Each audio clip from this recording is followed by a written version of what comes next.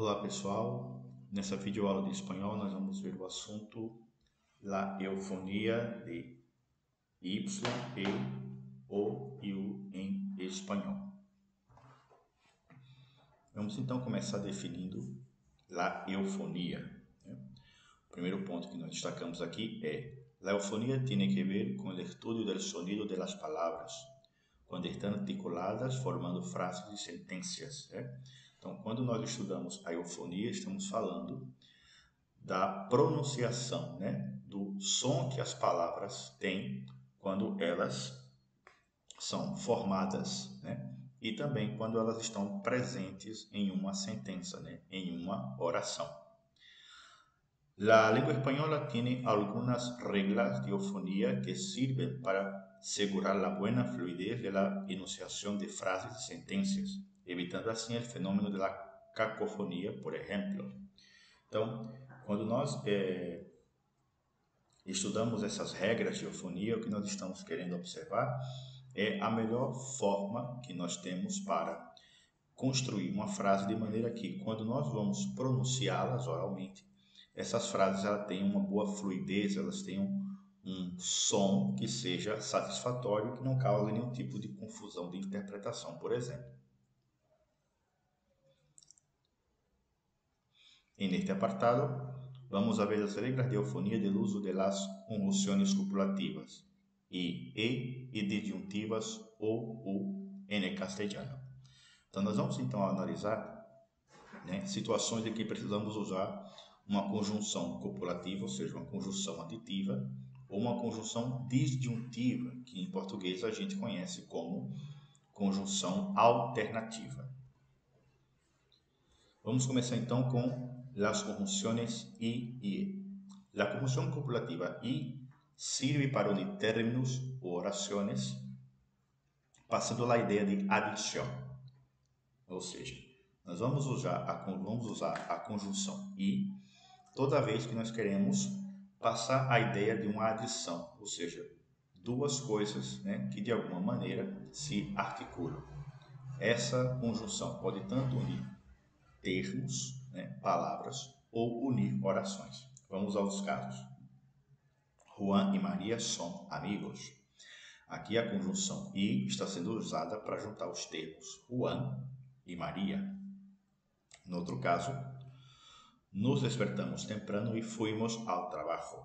Nessa situação aqui, a conjunção e está juntando duas orações. A primeira, nos despertamos temprano, e a segunda, fuimos ao trabalho.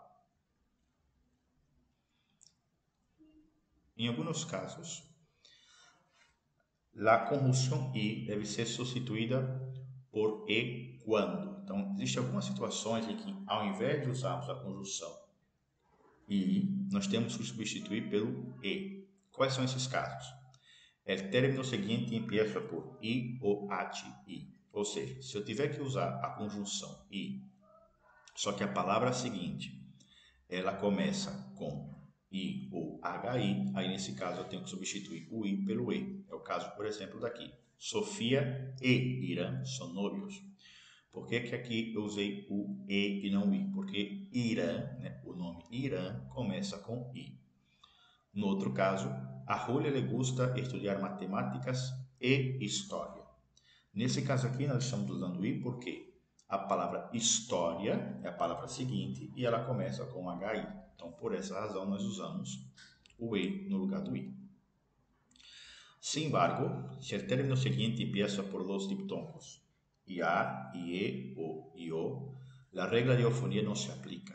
Ou seja, em situações em que eu tiver palavras que começam com os diptongos ia, ie, o, io, nesse caso eu posso usar a conjunção i tranquilamente, como nesse exemplo. Leão e hiena vivem na savana.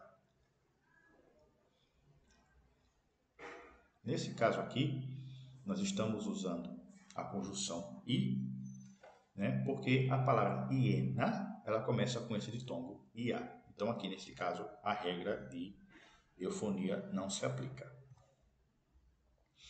Vamos então passar para as conjunções o ou. A conjunção disyuntiva o sirve para unir términos ou orações passando a ideia de alternância. Como no exemplo, Juan ou Maria ganhará el regalo, ou seja, um ou outro, não os dois. E no próximo caso, não sabemos se vamos ao parque ou à la playa.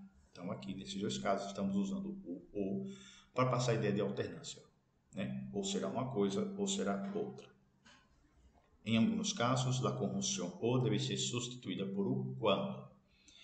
O término seguinte empieza por o, u-h-o. Ou seja, se a palavra seguinte começa com o ou ho, em vez de usar o o como conjunção disjuntiva, eu devo usar o u em seu lugar. Vamos aos casos. Sofia, o octavo será o ganador. Como o octavo começa com o, então nesse caso não posso já usar a conjunção o. Eu substituo ela pelo u. El electo será mulher, o hombre. Aqui nesse caso, eu substituo o O pelo U, porque a palavra hombre começa com H-O. Pessoal, então esse é o nosso conteúdo para essa semana, né? Na ementa vocês vão encontrar as indicações sobre a atividade e também os contatos, caso vocês queiram falar comigo para tirar alguma dúvida em relação ao conteúdo ou à atividade.